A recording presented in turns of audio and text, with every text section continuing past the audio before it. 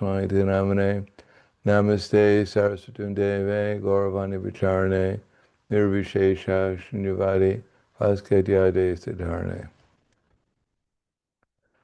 Today we're reading from the Bhagavad Gita as it is, chapter 11, the Universal Form, text number 36. Arjuna Vacha Stane Rishikesha Deva Prakritya Jagat Parishat Inurajate Cha Rakshamsi Vitani Disho Javanti Sarve Namasyanti Chasita Sangha. Translation and purport by His Divine Grace A.C. Bhaktivedanta Swami Srila Prabhupada. Arjuna said, O Master of the senses, the world becomes joyful upon hearing your name, and thus everyone becomes attached to you. Although the perfected beings offer you their respectful homage, the demons are afraid and they flee here and there. All this is rightly done. Prabhupada's purport. Arjuna, after hearing from Krishna about the outcome of the battle of Kurukshetra, became enlightened. And as a great devotee and friend of the Supreme Personality of Godhead, he said that everything done by Krishna is quite fit. Arjuna confirmed that Krishna is the maintainer and object of worship of the devotees and destroyer of the undesirables. His actions are equally good for all. Arjuna understood that when the battle of Kurukshetra is being concluded, in outer space there are present many demigods, siddhas, and the intelligentsia of the higher planets. And they are observing the fight because Krishna was present there.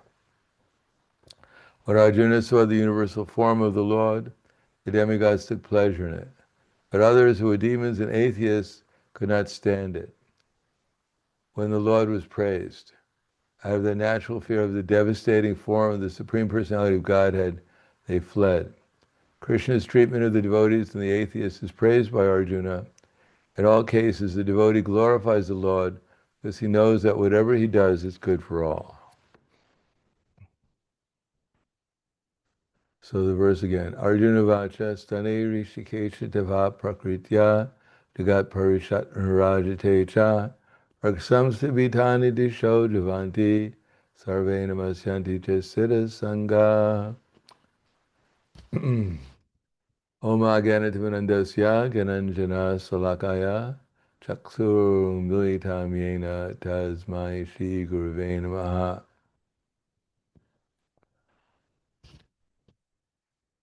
As explained here, there are different ways of seeing the universal form. Arjuna was seeing it one way, and those who were against Krishna were seeing it a different way. Similarly, we all may see Krishna's universal form in a different way, because we don't see the whole universal form, but the quality of the universal form is such that it's either very fearful, what we're seeing, or it's enlivening. For instance, in the Bhagavad Gita, Krishna mentions qualities of knowledge. And there he says, Amadidvam adandidvam ahimsa shanti arjavam acharya pasanam socham stiriyamatma vinigraha indriyarteshu vairagyam anahankara evacha janma mrityu jaravyadi dukkha doshanu darshanam. In order to prepare ourselves for understanding Janma, Jara, Vyadi, Janma, Mrityu, Jara, Vyadi, Janma, Mrityu, and Jara and Vyadi, it takes some preparation to understand it properly. Beginning with Amadidvam and then Adamvidvam. Amadidvam means humility. Now, if we think we're great, like Hiranyakashipu thought himself to be quite great, and he wanted to become greater. Therefore, he wanted to conquer which is unconquerable, namely time. But he thought he could do it, and I think the whole universe is thinking the same way as him. Everyone's trying to conquer time. Of course, when we can't do it, then we put on lipstick and makeup and imagine that we've conquered time. Actually, sometimes, especially in the Western countries, when someone leaves their body, they decorate the body. They make the body, they put on some rose on some rose color on the cheek. They sometimes they make the lips look more bright. And when people see the dead body, they say, John has never looked healthier in his, now that he's died. Now he looks a lot healthier than he usually does. As a matter of fact, in the Western world, you can actually be put into a cemetery where they have music in the coffin. The only thing before you leave your body, you have to choose what kind of music you want to listen to. Because it's very difficult when you're in the coffin, it's very difficult to change the channel. So people are enamored with this body and they're trying to maintain it even up to the moment of having to leave it. But time and tide, as it says by one English poet, doesn't waits for no man. And although we may try in different ways to preserve this body, still at the end we can see that as Hiranyakashipu, he went through an austerity which was inconceivable. If a mosquito comes and bites us, we're quite disturbed. But in his case, he was standing on the tip of his toes, which gets quite tiring to do that for a few minutes, what to speak of 120 years of the demigods. And quite tolerant because the ants, the moths, and other insects were eating his flesh. They're eating his organs. As I said before, they even ate his brains. Because if he had any brains, he wouldn't have stood there like that for so long. But he wasn't so intelligent, although he thought himself to be very intelligent. But obviously, he had the goal in mind to conquer time so that he wouldn't die. Because in the material world, we've come here principally for three reasons. The main reason is to find happiness in imitating Krishna, or Radha, which is Krishna's counterpart. But basically speaking, we want to control. And for us, controlling means controlling the material nature. But to control the material nature is impossible because it's not under our control. It's under time's control. And we have no control over time. Although people fantasize they could go back in time or forward in time, but actually time is ever present. There's no past, present, and future in the material world either. There's only the ever-present changing material energy changing under time.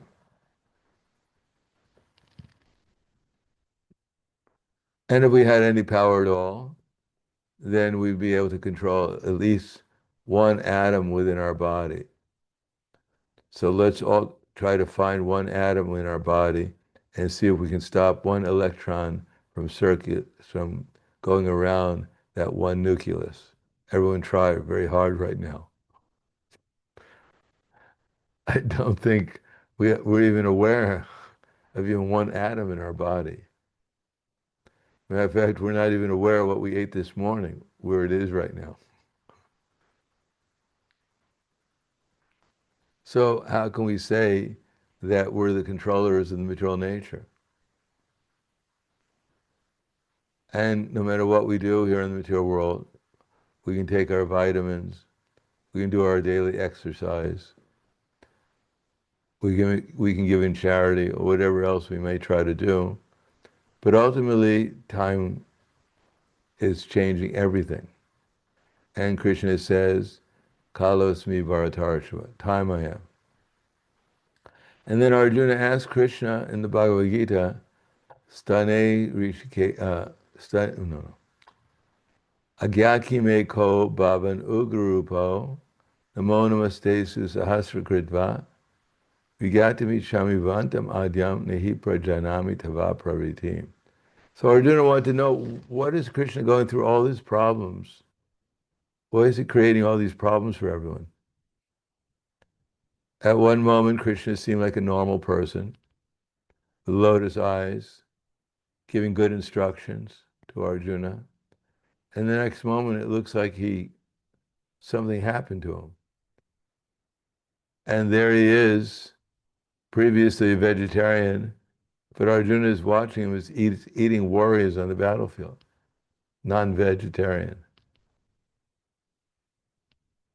Not only that, but it appeared that he was even smoking because fire was coming out of his mouth. So Arjuna wanted to know, Prabhupada, what is your purpose?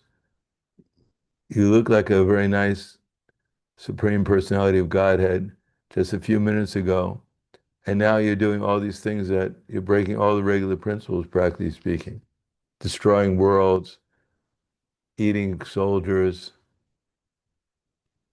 You look like you're almost like a dragon or something.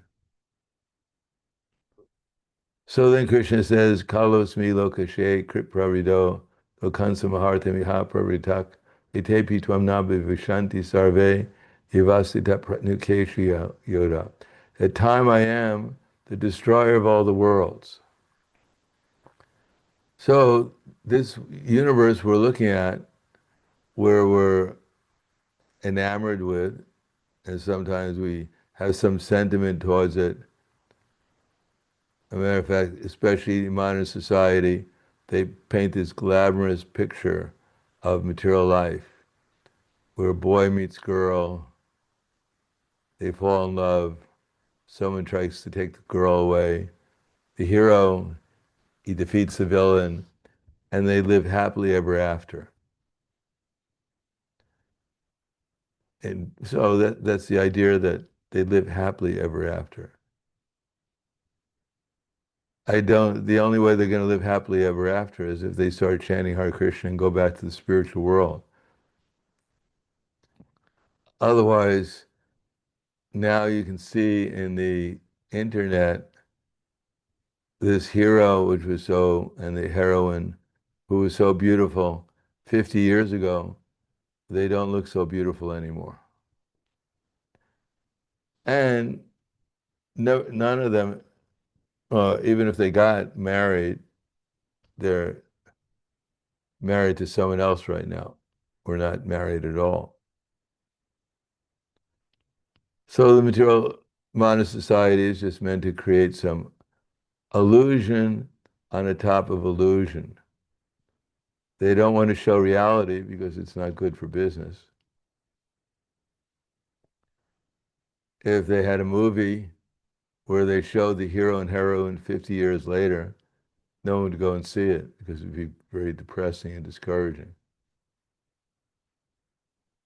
But that's what they're trying to put forward, that somehow or another, by their magic of cinematography, they're able to conquer time.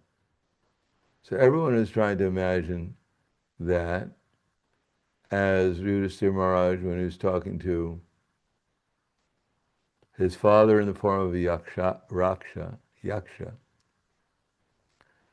Dharmaraj was speaking to his father Yamaraj, answering 100 questions. One question that stands significant for us, that Prabhupada would often cite, was the question, what is the most amazing thing? Now, if you ask the President of the United States, he'd probably say he's the most amazing thing. But Yudhisthira Maharaj didn't answer that. He answered, Ahani, Ahani, Bhutani, Gachanti Yamalayam, Sheshyas Dara Ichanti, Kimaskara Etak Param. He said the most amazing thing is that everyone is watching this in this material world something's leaving their body. We're hearing about someone not staying here, having to go somewhere else outside their body. And yet those who remain behind think that they're going to be here for a long time, what to speak of forever. So that's the basic illusion of the material nature, and because of that, it keeps one in fear all the time. Everyone is always fearful that they may have to leave their body.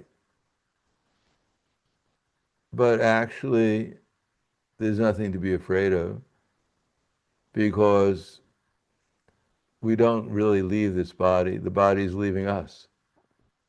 Every moment we're getting a new body. And no one starts crying, waking up in the morning. My body's different. My body's left me. Because we don't go anywhere. We're still exactly the same person. Just our opportunities to so-called control the material nature may increase or decrease, and our opportunity to enjoy the material nature may increase or decrease. Just like Dhritarashtra was so powerful that even in old age, after the Battle of Kurukshetra, they wanted that Dhritarashtra called for Bhima to come because he wanted to embrace Bhima. Now, Bhima was principally responsible for killing most of the 100 sons of Dhritarashtra. So the Pandavas were a little suspicious. Why does Dhritarashtra want to embrace Bhima, who killed his sons?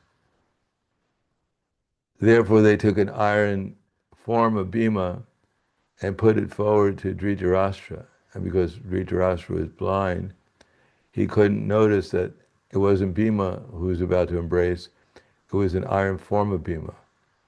Because Bhima was so strong that his body appeared like iron.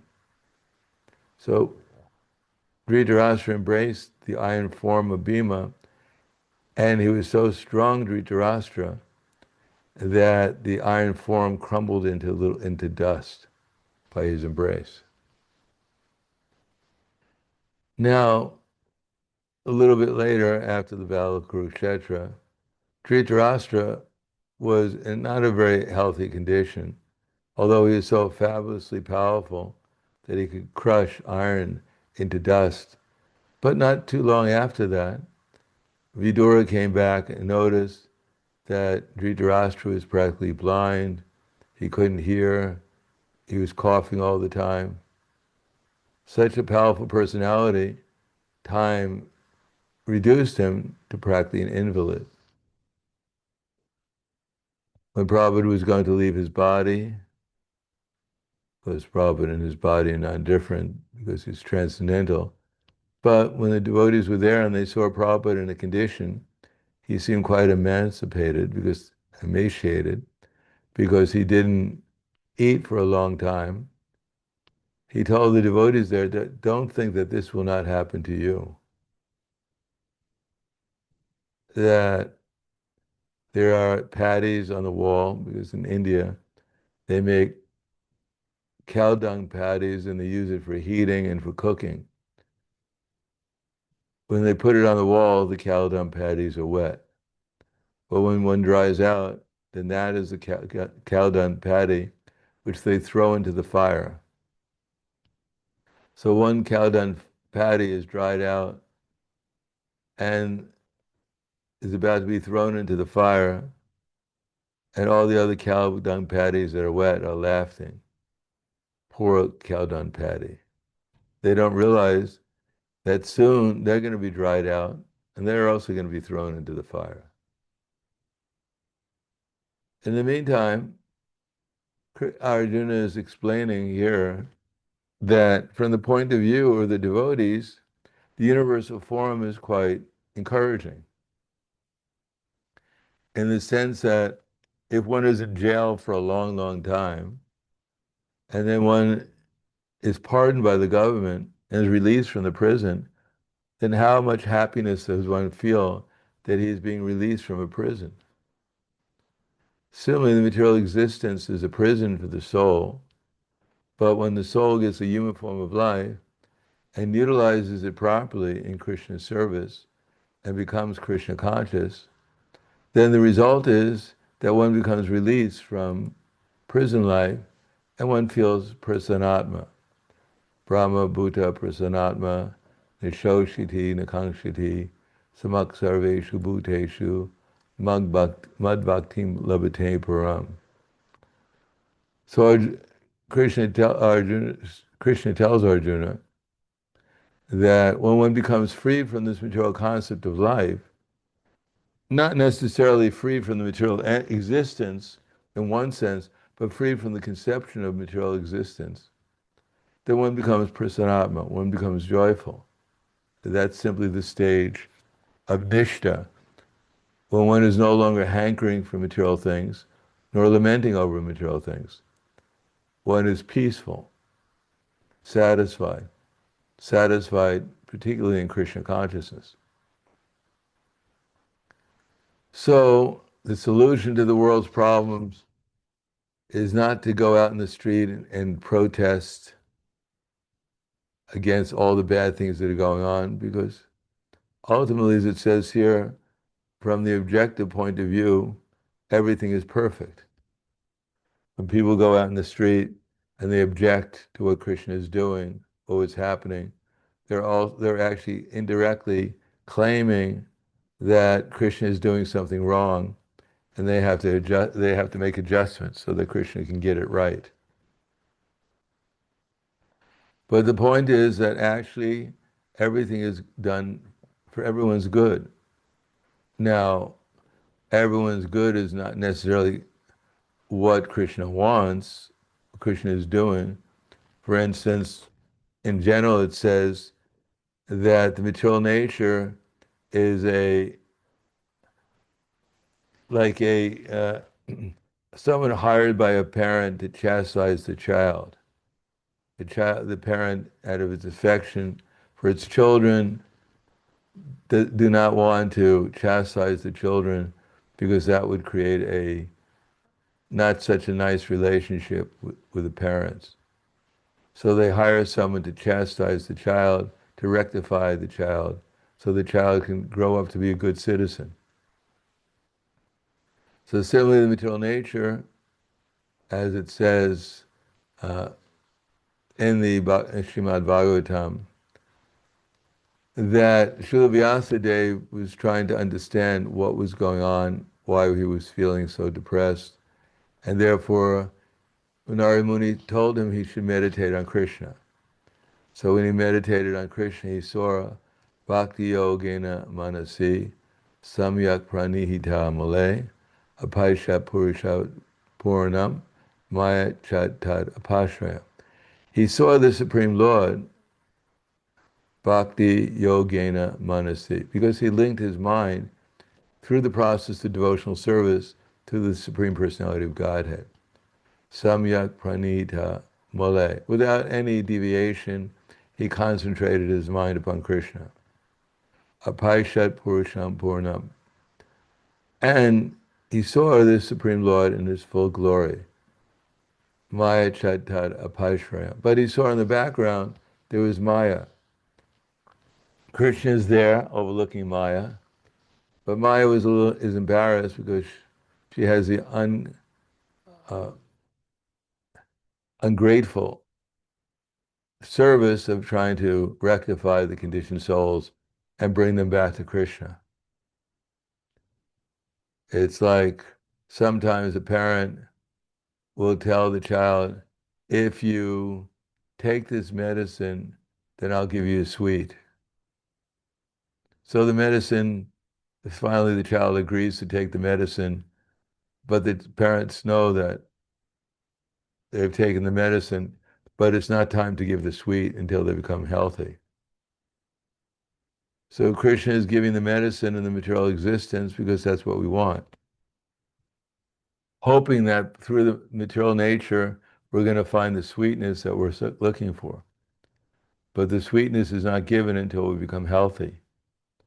And therefore the material nature is chastising the living entity to encourage them to give up their false conception that they can control the material nature, that they can enjoy the material nature, and that they can benedict the material nature in some way to their family or friends or society in such a way as to solve the problems of life through their beneficence. But actually, the only real benefactor is, as the gopis say, that tavakatamritam tapta jivanam kalabir idrisham kala idrisham. What's the next one? Srimad Atatam Puri Jana. That the actual magnificent people in this world that can actually solve the problems of material existence are not the ones who are trying to proclaim that there's something going wrong in the material nature and that we have to adjust everything accordingly. No, those who explain how we have to learn not just tolerance, but we have to act in harmony with Krishna's desire. Krishna told Arjuna that, yes, things are not so going well in the material nature. Unfortunately, I have to do things that I'm not really excited about doing, like destroying universes over and over again. Krishna has a reputation among some that why is he continuously destroying universes? He creates this universe, everyone gets all excited, it's all new, everyone looks fresh. They just woke up after 311 trillion years. They look like they got a good rest finally. Everyone's excited about it. They work hard for 311 trillion years to try and make things better. They've taken their personality tests. They've rectified some of their bad habits. They've even become vegetarian and follow the three regular principles. They don't eat meat or fish or eggs. And yet, Krishna doesn't appreciate it. At a certain time, he destroys the whole universe and everyone goes to sleep again. Absolutely zero progress. And it's been going on since time immemorial. And yet Krishna, he doesn't seem at all disturbed. He's always smiling. What is he thinking? This cute little baby didn't do anything, just was born, and suddenly the whole universe is destroyed. And he doesn't seem to be at all disturbed by it. No compassion. At least he could have saved that little baby. But he doesn't even do that. Instead, he keeps on smiling. And again, the creation comes. And again, everything is dissolved. So why is he so neutral towards the whole thing? So therefore Krishna says, Chamatani karmani, Ibananti dhananjaya, udasinadvarasinam, asakta karmeshu. That all this work cannot bind me. I'm ever detached, see it as though neutral. So Krishna knows that actually the soul is not dying, the soul is not being destroyed. The soul is eternal, unaffected by the material nature.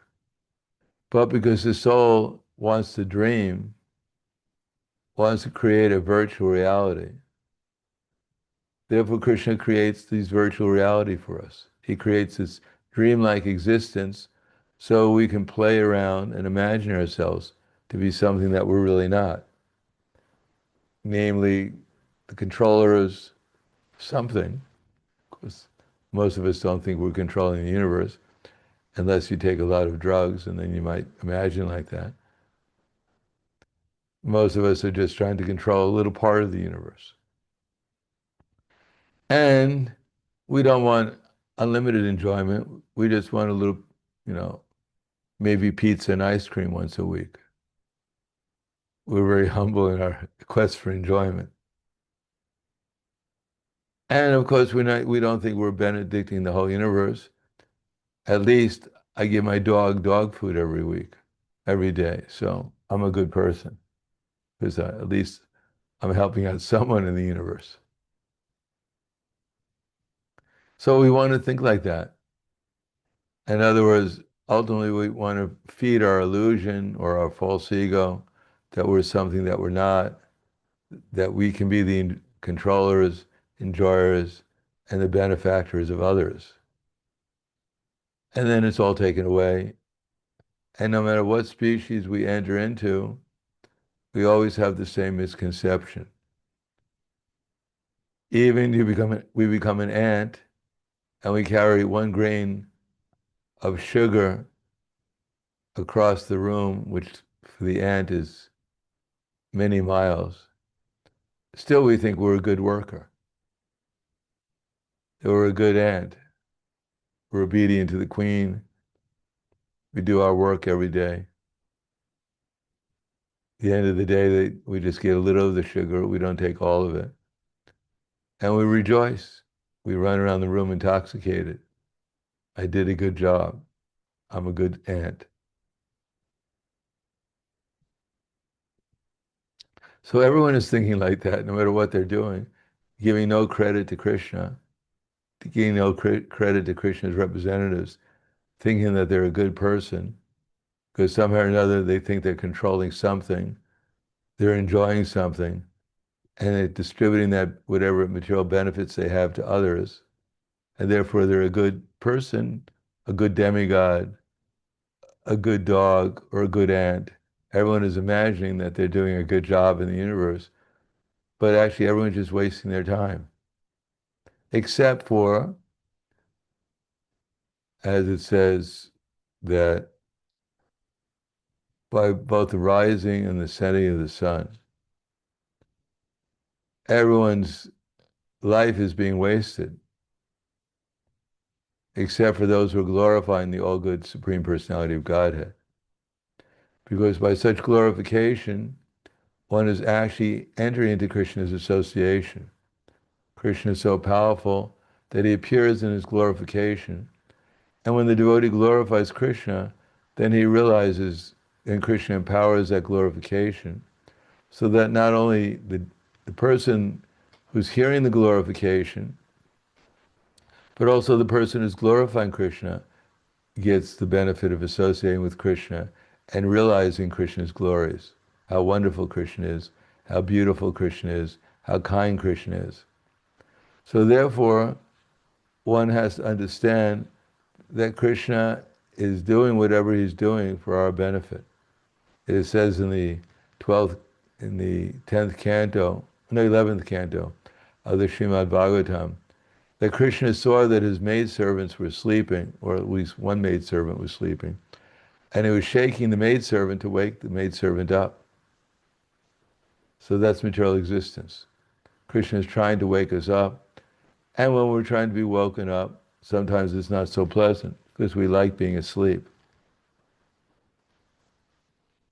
As a matter of fact, in the material world, often one's greatest attachment is not to the family, it's not to one's wealth. Our greatest attachment is to the bed in the morning. To detach ourselves from the bed requires a lot of yoga exercise. So the conditioned soul enjoys being asleep in the material world, so-called enjoys. And Krishna is shaking us, the material nature, through his material nature, trying to wake us up so we can actually enjoy eternally with him. But we keep on complaining that, why are you shaking me? Why are you making my sleep more pleasant so I can dream illusory thoughts more comfortably? Why are you waking me up? Now, of course, we're in Kali Yuga, where the material nature is a little bit more rumbling. It's a little bit more tumultuous, the material nature.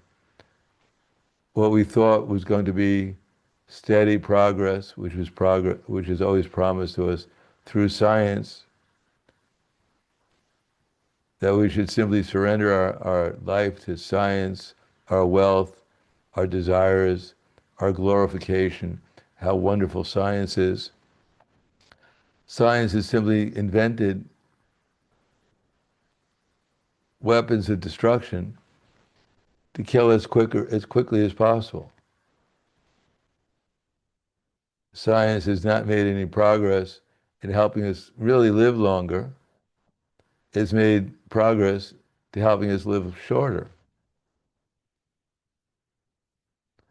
And yet people are thinking that somehow or another, science will save us. So this is another part of illusion, that we give our energy, our time, our desires, our aspirations to the material nature in the form of so-called material progress.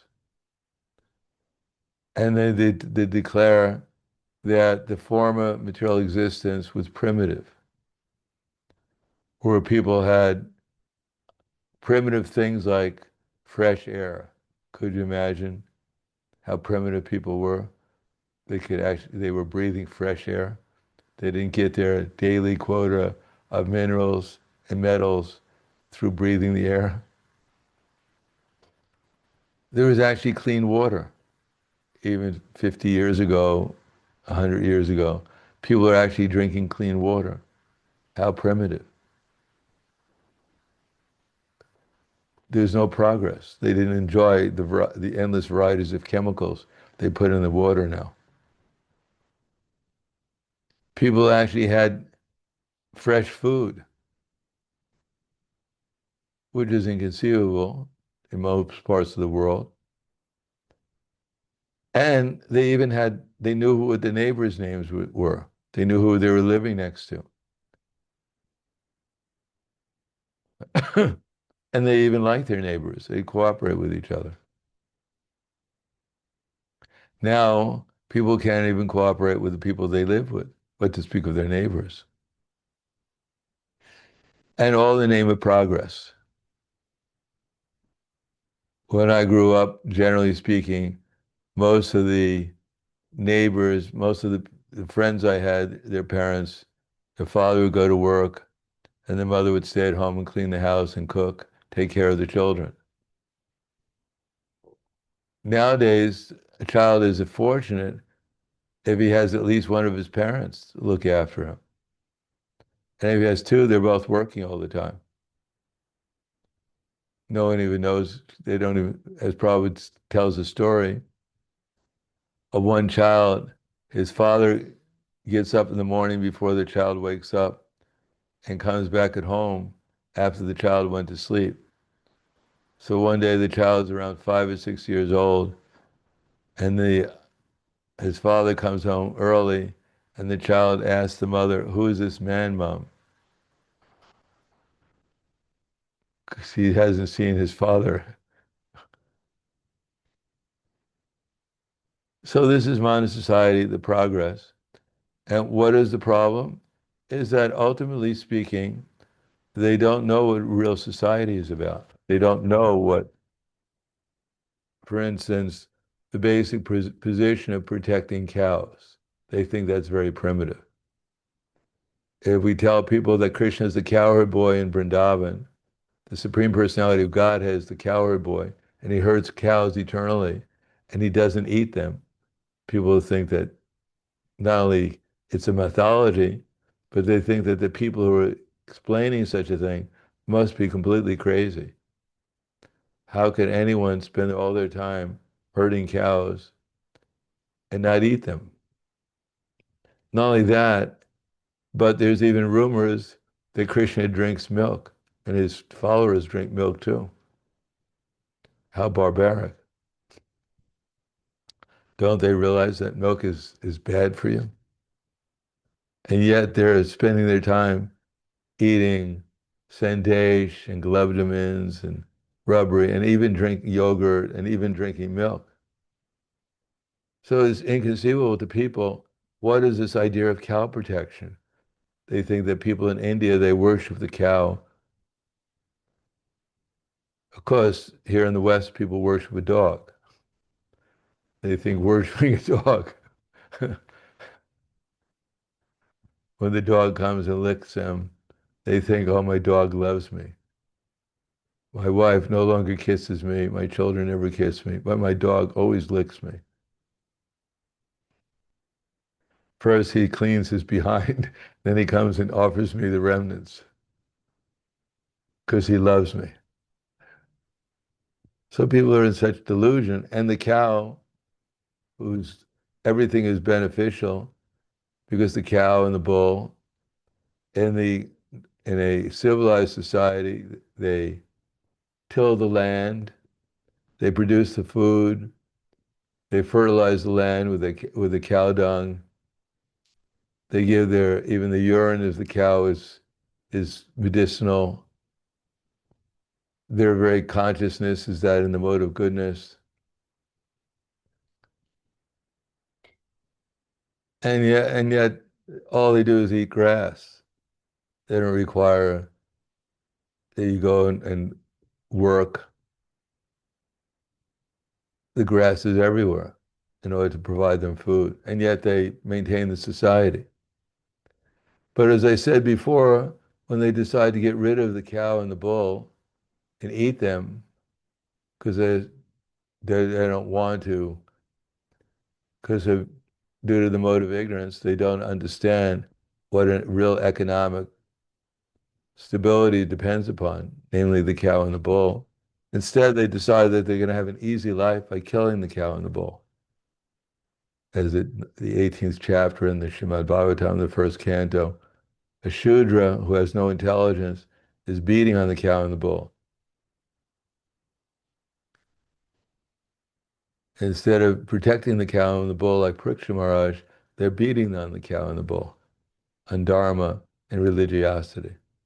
So the result is they have to complicate society endlessly, more and more complicated. They have to create a tractor and therefore factories to build the tractors and factories for the transportation of the materials meant to build a factory, to build a tractor, et cetera, et cetera. And then armies, as we can see, because they need the energy to move the tractor.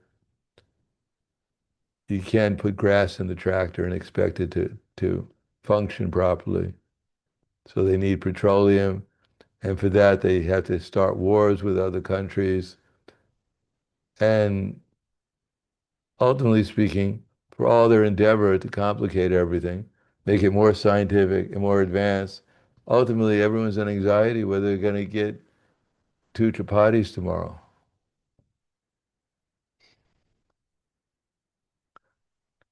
And therefore, instead of hearing about Krishna, people are glued to their television set to find out if two chapatis are going to be available tomorrow. And they eventually they won't be available because things will become too complicated.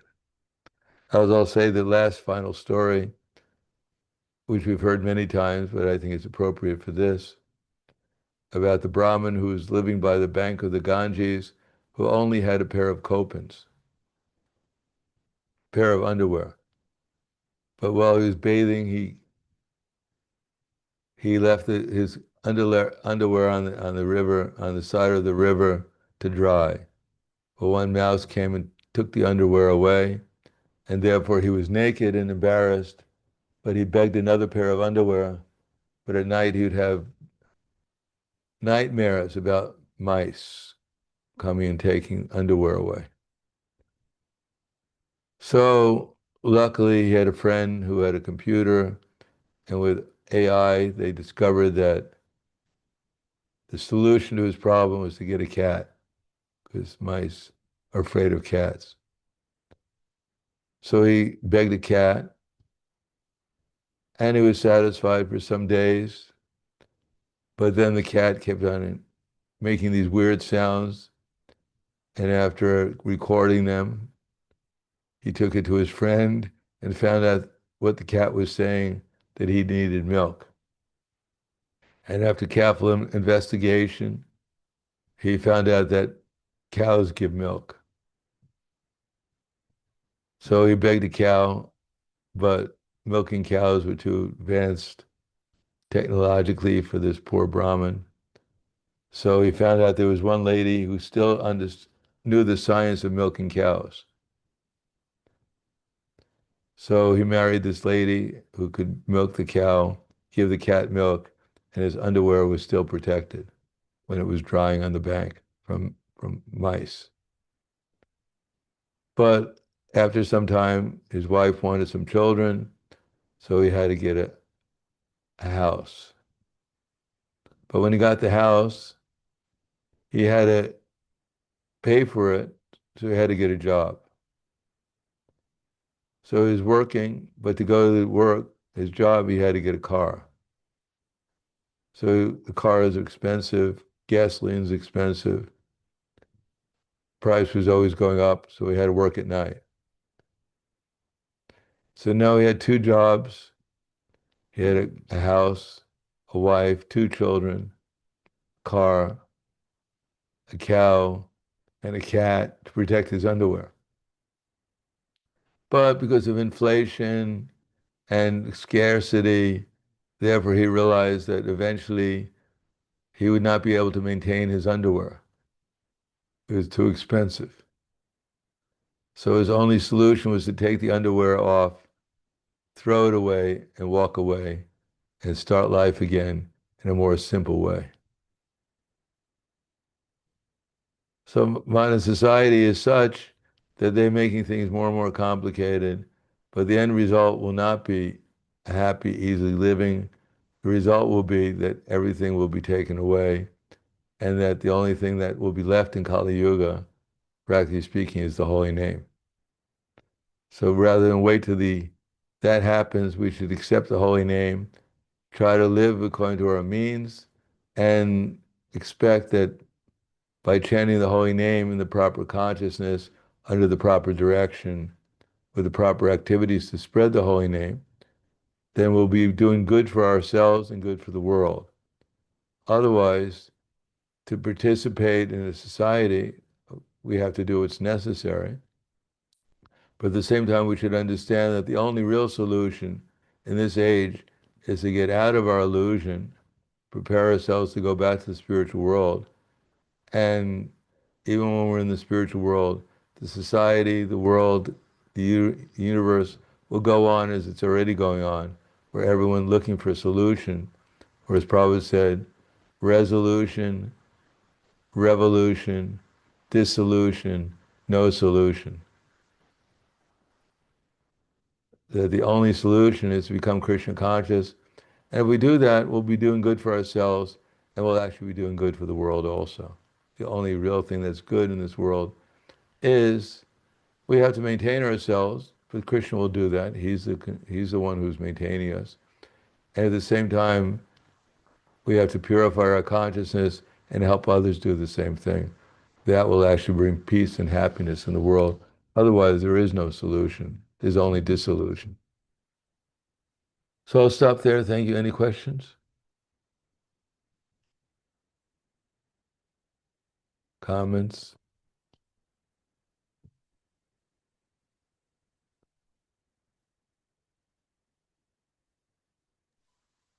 Hare Krishna Guru Maharaj.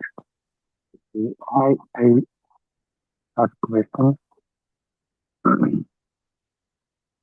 Is that you, Agni Hotrapur? I can't understand. Yes, yes. I will try to ask understandable. Understandable.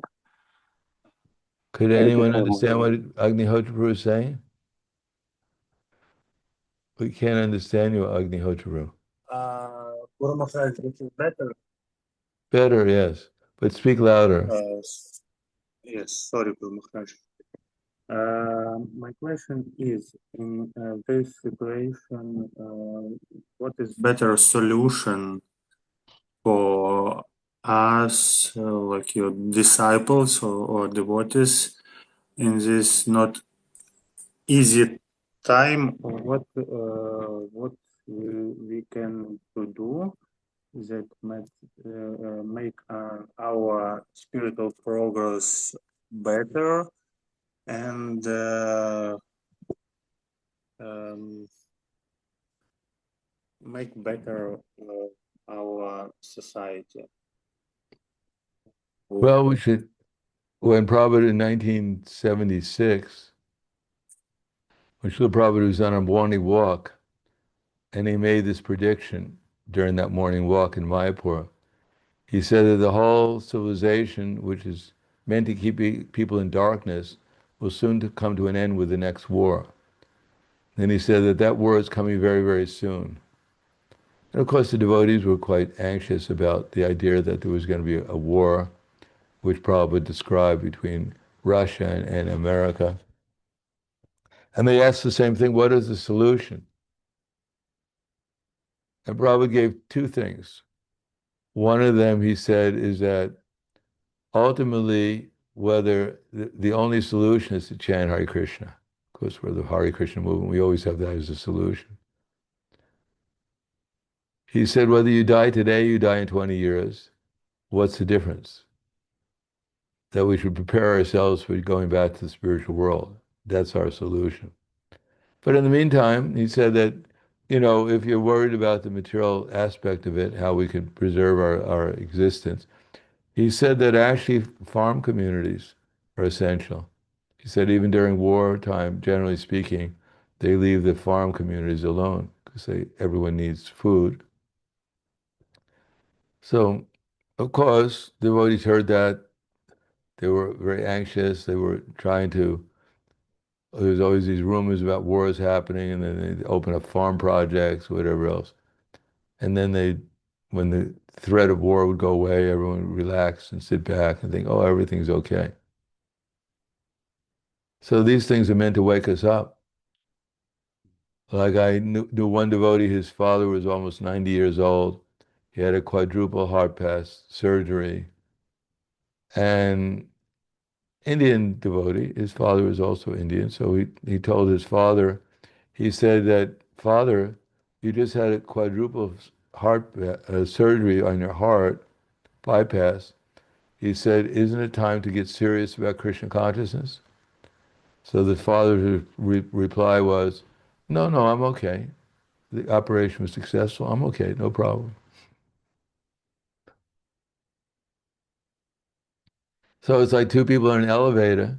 Suddenly they hear this, they're on the 20th floor. Suddenly hear this noise, and the elevator starts going to free fall.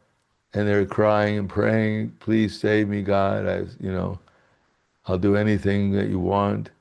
And then the elevator stops. They think, oh, what a relief. And then they just, suddenly the elevator starts falling again. And they start screaming and crying and praying to God. And then the elevator stops and opens. And they get out. And one person turns to the other and says, what are you going to do today? Oh, my favorite television program is on. I think I'll watch that. And the one says, I think I'll go to the restaurant. There's a sale on there. There's a special. I think I'll go there. Yeah, have a good day. So that's material existence. When everything's going okay, we're relaxed. And when the elevator is falling down, we're praying to God, save us. And when it stops falling down, then we go into our relaxed mode again. So chant Hare Krishna, but chant sincerely, seriously, so that we actually become devotees of Krishna and transcendental. Listen to Prabhupada as he's chanting like a child calling for its mother. Try to chant like Srila Prabhupada, and that will be the ultimate solution. In the meantime, try to actually take seriously the program that Prabhupada set up for farm communities, gurukuls, and make plans so that we can actually have a civilization rather than something which is uncivilized. in the name of civilization. Whereas Gandhi said, when he was asked, when he was there in England, he was asked, what do you think of British culture? And Gandhi's reply was, I think it would be a good idea.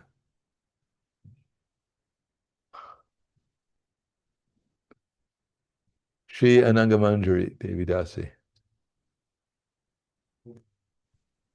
Hare Krishna, Guru Maharaj, Hare Krishna, dear devotees. Uh, Thank you for the wonderful class, Guru Maharaj.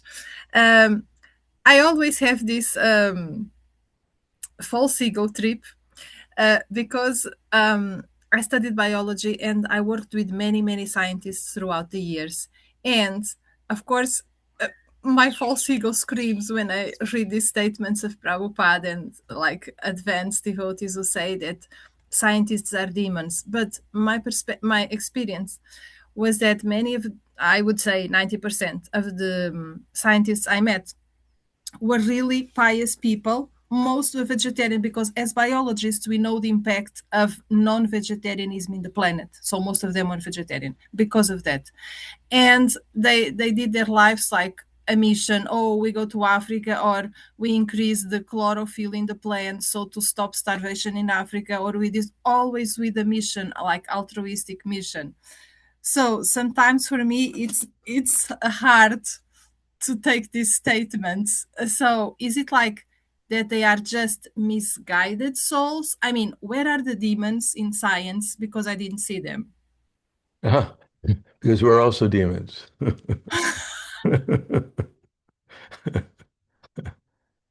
Now, according to Bhagavad Gita, anyone who doesn't follow Krishna's instructions is a demon. Doesn't mean that there aren't sincere demons. Everyone thinks they're doing well. They're doing for the benefit of humanity. But actually, what does humanity require? They may provide food to this hungry, but tomorrow they're going to be hungry again. And if you provide them with the wrong food and with the wrong consciousness, they may come back in a lower species of life for all your sincerity. So everyone, it says that the road to hell is lined with good intentions. So unless we know what's good for people, then even though we may sincerely try to help them, but a help may not be very valuable or even helpful. So we have to know what's actually good for people. And if we don't understand that they're a spiritual soul, part and parcel of Krishna, and the aim of life is to become Krishna conscious, then we're blind. And however sincerely we're leading the other blind people, we get into trouble because of the material nature doesn't accept sincerity as simply, sincere in the wrong direction, is still in the wrong direction. And therefore, andaya tandero pigiyamanaste pisha tantra urudami bara. The blind people are leading other blind people, but they're both getting into difficulty. Matter of fact, the leaders of society who are blind, leading the other blind people, get into more difficulty than even the blind people. Therefore, Naishamatis Tavadarukramanggrim Sprishatinarta Bhagavanirartam Mahiyasam Padarudevi Saikam Niskinchananam Na Nivriti Yadvat. So we have to find someone like Srila Prabhupada who actually knows who we are, that we're spiritual beings, that the aim of life is not to maintain a material body for a certain number of years or assist others to do it. The ultimate aim of life is to go back to the spiritual world by giving up by a false sense of being the proprietors of this universe, the enjoyers of it, and the benefactors. Yes, we appreciate scientists. We don't probably didn't blaspheme all the scientists, say that they're all demons, but they should have knowledge. They should have knowledge of that maintaining this body is not the only purpose of life. The ultimate purpose of life is to get out of the material concept of life and go back to the spiritual world. And if they help us to actually maintain the body, instead of adding more chemicals to it and creating weapons, then that's appreciated. But they should also understand that without giving people the ultimate purpose of life, their help is only going to be very limited. And they themselves, they have to, if they don't solve the problems of old age, disease, and death, then ultimately their life will not be successful either. Is that okay? Thank you, Guru Maharaj. Thank you very much. Grantaraj Srimad Bhagavad Gita ki jai. Srila Prabhupada ki jai. Gaur Premanande Haribol. Hare Krishna. Hare Krishna. Hare Krishna Gurudev. Thank you very much. Thank you all.